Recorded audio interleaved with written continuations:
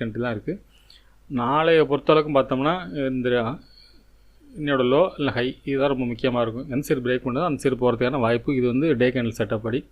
சரி, ஓகே, 15 மினிட்ஸில் பார்ப்போம் நடக்க வாய்ப்புன்னு.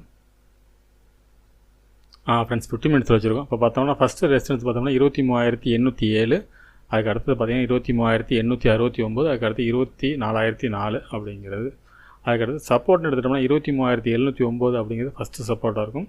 அதுக்கடுத்து 23,647, அடுத்து 23,357. சரி, ஓகே, இது என்ன மாதிரி மூவ்மெண்ட்ஸுக்கு வாய்ப்புன்னு பார்த்தோம்னா மார்க்கெட்டை பொறுத்தளவுக்கு இந்த ரேஞ்ச், அதாவது ஃபஸ்ட்டு சப்போர்ட்டுக்கும் செகண்ட் ரெசிஸ்டன்ஸுக்கு இடையில ஒன்று இருக்க வாய்ப்பு. ஃபஸ்ட்டு சப்போர்ட்டை பிரேக் பண்ணலன்னா மார்க்கெட்டை பொறுத்தளவுக்கு இந்த ரேஞ்சுக்குள்ளே இருக்கும். ஆனால் இந்த செகண்ட் ரெசிஸ்டன்ஸ் பிரேக் பண்ண பட்சத்தில் மார்க்கெட்டில் புல்லிஸ் இருக்கும்.